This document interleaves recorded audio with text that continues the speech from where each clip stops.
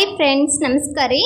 ಈ ವಿಡಿಯೋದಲ್ಲಿ ಹೋಟೆಲ್ ಶೈಲಿಯಲ್ಲಿ ಪರ್ಫೆಕ್ಟ್ ಆಗಿ ಉಬ್ಬುವ ಹಾಗೆ ಸಾಫ್ಟ್ ಆದ ಭಟೂರೆಯನ್ನು ಮನೆಯಲ್ಲೇ ಹೇಗೆ ಮಾಡೋದಂತ ಹೇಳಿ ನೋಡೋಣ.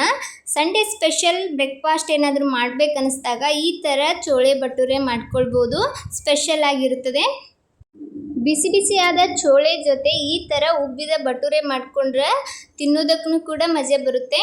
ಇವಾಗ ಈ ಭಟೂರೆಯನ್ನು ಈ ಥರ ಪರ್ಫೆಕ್ಟ್ ಆಗಿ ಹೇಗೆ ಮಾಡೋದಂತ ಹೇಳಿ ನೋಡೋಣ. ಅದಕ್ಕಿಂತ ಮೊದಲು ಯಾರೆಲ್ಲ ನನ್ನ ಚಾನಲ್ನ ಸಬ್ಸ್ಕ್ರೈಬ್ ಮಾಡ್ಕೊಂಡಿಲ್ಲ, ಚಾನಲ್ಗೆ ಸಬ್ಸ್ಕ್ರೈಬ್ ಆಗಿ.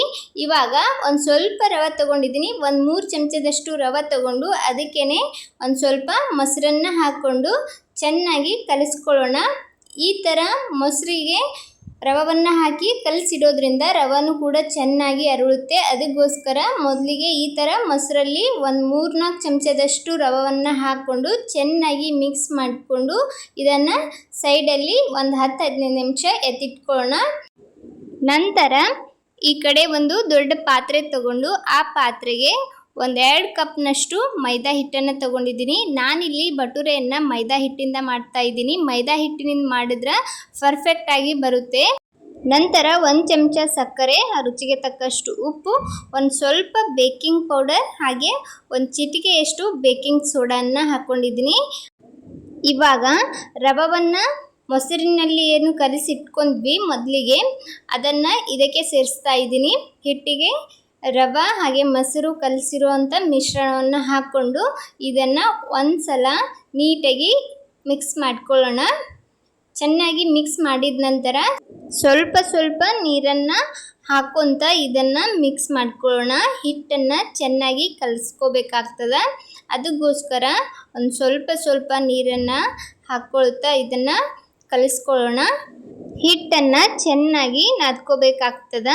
ನಾವು ರೆಗ್ಯುಲರ್ ಆಗಿ ಪೂರಿ ಮಾಡೋದಕ್ಕೆ ಹಿಟ್ಟನ್ನು ಯಾವ ಥರ ನಾದ್ಕೊಳ್ತೀವಿ ಅದಕ್ಕಿಂತ ಸಾಫ್ಟಾಗಿ ಹಿಟ್ಟನ್ನು ನಾದಬೇಕಾಗ್ತದೆ. ಇವಾಗ ನೋಡ್ಬೋದು ಹಿಟ್ಟನ್ನು ಈ ಮಟ್ಟಿಗೆ ನಾದ್ಕೊಂಡಿದ್ದೀನಿ. ತುಂಬ ಸ್ಟಿಕ್ಕಿ ಆಗಿರ್ತದಲ್ಲ, ಅದಕ್ಕೋಸ್ಕರ ಇಲ್ಲಿ ಒಂದು ಸ್ವಲ್ಪ ಎಣ್ಣೆಯನ್ನು ಹಾಕ್ಕೊಳ್ಳಿ. ಮೊದಲಿಗೂ ಸಹ ನಾನು ಎಣ್ಣೆ ಆ್ಯಡ್ ಮಾಡಿದ್ದಿಲ್ಲ. ಇಲ್ಲಿ ಸ್ವಲ್ಪ ಎಣ್ಣೆ ಹಾಕ್ಕೊಂಡು ಈ ಥರ ಚೆನ್ನಾಗಿ ನಾದ್ಕೊಳ್ಬೇಕಾಗ್ತದೆ. ಹಿಟ್ಟನ್ನು ಚೆನ್ನಾಗಿ ನಾದಿದ ನಂತರ ಈ ಥರ ಅದನ್ನು ಬಡಿದುಕೊಳ್ಳಿ. ನಾವು ಹೋಳಿಗೆ ಮಾಡುವಾಗ ಹೋಳಿಗೆ ಹಿಟ್ಟನ್ನು ಯಾವ ಥರ ಬಡಿದ್ಕೊಳ್ತೀವಿ ಅದೇ ಥರ ಇದನ್ನು ಸಹ ಸ್ವಲ್ಪ ಈ ಥರ ಎತ್ತಿ ಬಡಿಬೇಕಾಗ್ತದೆ. ಈ ಥರ ಮಾಡೋದ್ರಿಂದ ಪೂರಿ ಮಾಡುವಾಗ ಚೆನ್ನಾಗಿ ಹಿಗ್ಗುತ್ತೆ. ಅದಕ್ಕೋಸ್ಕರ ಈ ಥರ ಬಡಿದು ಹಿಟ್ಟನ್ನು ನಾದ್ಕೊಳ್ಬೇಕಾಗ್ತದೆ. ಇವಾಗ ರೆಡಿ ಆಗಿದೆ ಹಿಟ್ಟು ಆಲ್ಮೋಸ್ಟ್. ಲಾಸ್ಟಲ್ಲಿ ಇದಕ್ಕೆ ಒಂದು ಸ್ವಲ್ಪ ಎಣ್ಣೆಯನ್ನು ಈ ಥರ ಚೆನ್ನಾಗಿ ಒರೆಸ್ಕೊಳ್ಳಿ. ಎಣ್ಣೆ ಹೆಚ್ಚಿ ಒರೆಸೋದ್ರಿಂದ ತುಂಬ ಸ್ಟಿಕ್ಕಿಯಾಗಿರ್ತದಲ್ಲ, ಅದು ಕೈಗೆ ಜಾಸ್ತಿ ಅಂಟೋದಿಲ್ಲ. ಲಾಸ್ಟಲ್ಲಿ ಒಂದು ಸ್ವಲ್ಪ ಹಸಿ ಅರಿಬೆಯನ್ನು ಮೇಲ್ಗಡೆ ಮುಚ್ಚಿ ಇದನ್ನು 1 ಗಂಟೆ ಇಲ್ಲ ಅಂದರೆ 3 ಗಂಟೆವರೆಗೂ ನೆನೆಯಲಿಕ್ಕೆ ಇಟ್ಕೊಳ್ಳಿ. ಟೈಮ್ ಇದ್ದರೆ 3 ಗಂಟೆ ಬಿಡಿ, ಟೈಮ್ ಇಲ್ಲ ಅಂದರೆ ಅರ್ಧ ಅಥವಾ 1 ಗಂಟೆ ಒಳಗೆ ಇದನ್ನು ಮಾಡ್ಕೊಳ್ಬೋದು. ನೋಡ್ಬೋದು ನಾನಿಲ್ಲಿ 3 ಗಂಟೆ ತನಕ ಇದನ್ನು ನೆನೆಯಲಿಕ್ಕೆ ಬಿಟ್ಟಿದ್ದೆ. ಇವಾಗ ಹಿಟ್ಟು ಚೆನ್ನಾಗಿ ಮೃದುವಾಗಿದೆ. ಈ ಥರ ಒಂದು ಉಳ್ಳೆಯನ್ನು ತಗೊಂಡು ಕೆಳಗಡೆ ಒಂದು ಸ್ವಲ್ಪ ಎಣ್ಣೆಯನ್ನು ಚೆನ್ನಾಗಿ ಒರೆಸ್ಕೊಂಡು ಈ ಥರ ಮೊದಲಿಗೆ ಕೈಯಿಂದ ಪ್ರೆಸ್ ಮಾಡ್ಕೊಳ್ಳಿ. ಒಂದು ಸ್ವಲ್ಪ ದೊಡ್ಡದಾದ ನಂತರ ಚಪಾತಿ ಮಾಡೋ ಲಟ್ಟಣಿಕೆಯನ್ನು ತಗೊಂಡು ಅದನ್ನು ತಿಡ್ಕೊಳ್ಳಿ. ನಿಮಗೆ ಯಾವ ಶೇಪ್ ಬೇಕು ಆ ಶೇಪಲ್ಲಿ ಮಾಡ್ಕೊಳ್ಬೋದು. ಕೆಲವೊಬ್ಬರು ಉದ್ದನೆ ಶೇಪ್ ಮಾಡ್ತಾರೆ, ಇನ್ನು ಕೆಲವೊಬ್ಬರು ರೌಂಡಾಗಿ ಸಹ ಮಾಡ್ಕೊಳ್ತಾರೆ. ನಿಮಗೆ ಯಾವ ಶೇಪ್ ಇಷ್ಟ ಆಗ್ತದೆ ಆ ಶೇಪಲ್ಲಿ ಭಟೂರೆಯನ್ನು ಮಾಡ್ಕೊಳ್ಬೋದು. ನಾನಿಲ್ಲಿ ರೌಂಡಾಗಿ ಇದನ್ನು ತೀಡ್ತಾ ಇದ್ದೀನಿ. ಆ ಕಡೆ ಎಣ್ಣೆನೂ ಕಾಯ್ಲಿಕ್ಕೆ ಇಟ್ಟಿದ್ದೆ. ಇದನ್ನು ತೀಡಿದ ನಂತರ ನಿಧಾನವಾಗಿ ತಗೊಂಡು ಕಾಯ್ದಿರೋ ಎಣ್ಣೆಗೆ ಹಾಕ್ಕೊಳ್ಳೋಣ. ಎಣ್ಣೆನ ಮೊದಲಿಗೆ ಕಾಯ್ಲಿಕ್ಕೆ ಇಟ್ಕೊಳ್ಳಿ. ಎಣ್ಣೆ ಸ್ವಲ್ಪ ಚೆನ್ನಾಗಿ ಕಾಯ್ದಿರಬೇಕು. ಕಾಯ್ದಿರೋ ಎಣ್ಣೆಗೆ ಮಾಡಿರುವ ಭಟೂರೆಯನ್ನು ಹಾಕ್ಕೊಂಡು ಅದನ್ನು ಈ ಥರ ಪ್ರೆಸ್ ಮಾಡ್ಕೊಳ್ಳಿ.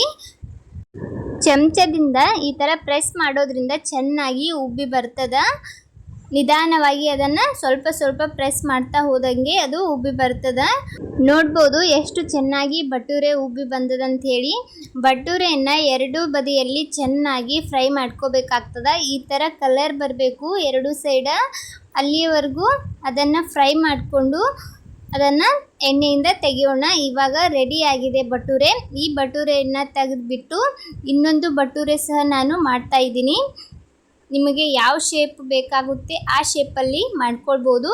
ಸ್ವಲ್ಪ ತಾಳ್ಮೆಯಿಂದ ಅದನ್ನು ಚೆನ್ನಾಗಿ ತೀಡಿದ್ಬಿಟ್ಟು ಎಣ್ಣೆಯಲ್ಲಿ ನಿಧಾನವಾಗಿ ಹಾಕ್ಕೊಳ್ಳಿ.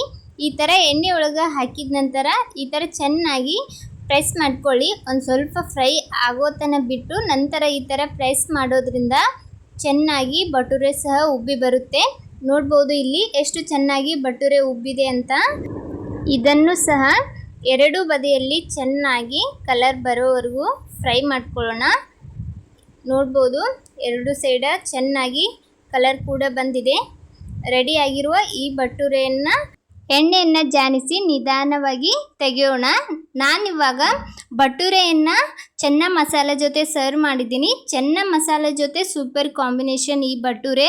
ನೋಡಿದ್ರಲ್ಲ ಫ್ರೆಂಡ್ಸ್, ಎಷ್ಟು ಚೆನ್ನಾಗಿ ಪರ್ಫೆಕ್ಟಾಗಿ ಈ ಭಟೂರೆಯನ್ನು ಮಾಡ್ಕೊಳ್ಬೋದು ಅಂಥೇಳಿ. ಈ ರೆಸಿಪಿ ನಿಮಗೆ ಇಷ್ಟ ಆಗ್ಯದ ಅಂದ್ಕೊಂಡಿದ್ದೀನಿ. ಇಷ್ಟ ಆದರೆ ತಡ ಮಾಡಬೇಡಿ, ಒಂದು ಲೈಕ್ ಕೊಡಿ. ಇದೇ ಥರದ ಇನ್ನಷ್ಟು ರೆಸಿಪಿಗೋಸ್ಕರ ರಮ್ಯ ಮನೆ ಅಡುಗೆ ಚಾನಲನ್ನು ಸಬ್ಸ್ಕ್ರೈಬ್ ಮಾಡೋದು ಮರಿಬೇಡಿ. ನಾನಿವಾಗ ಒಂದು ಭಟೂರೆಯನ್ನು ನಿಮ್ಮ ಎದುರಿಗೆ ಹರಿದು ತೋರಿಸ್ತಾ ಇದ್ದೀನಿ. ಎಷ್ಟು ಚೆನ್ನಾಗಿ ಪರ್ಫೆಕ್ಟಾಗಿ ಬಂದಿದೆ ಅಂತ ನೋಡ್ಬೋದು. ತುಂಬ ಮೃದುವಾಗಿ ಈ ಭಟೂರೆ ಬಂದಿತ್ತು.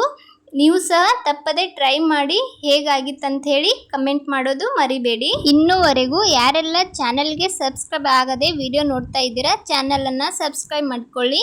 Thanks for watching video.